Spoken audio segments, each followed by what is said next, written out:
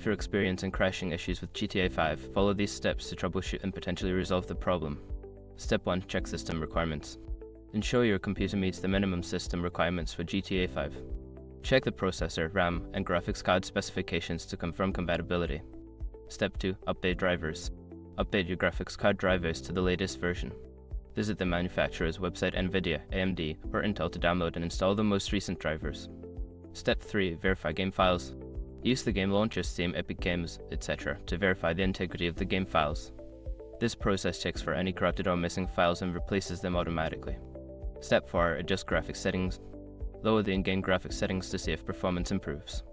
Reducing settings like texture quality, shadows, and resolution can help stabilize the game.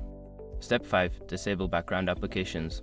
Close unnecessary background applications that may be consuming system resources. This includes web browsers, streaming software, and other games that might interfere with GTA 5. By following these steps, you should be able to troubleshoot and potentially fix the crashing issues in GTA 5. If problems persist, consider seeking further assistance from online forums or support channels.